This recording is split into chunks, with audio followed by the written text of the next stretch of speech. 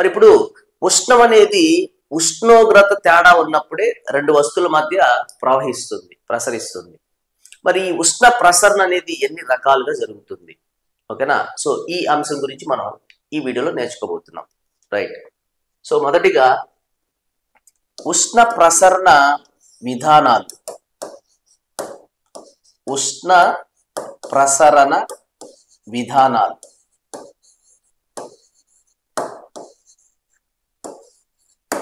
ఓకేనా? Modes of transformation of heat. Okay, right.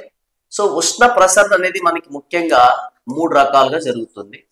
దీన్ని మనం ఉష్ణ వహనం అంటున్నాం.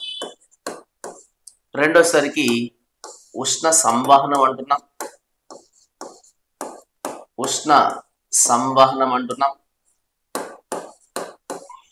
నెక్స్ట్ ఉష్ణ వికిరణం అంటున్నాం.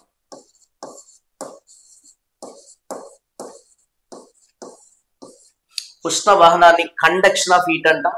ఉష్ణ సంవహనాన్ని కన్వెక్షన్ ఆఫ్ హీట్ అంటున్నాం.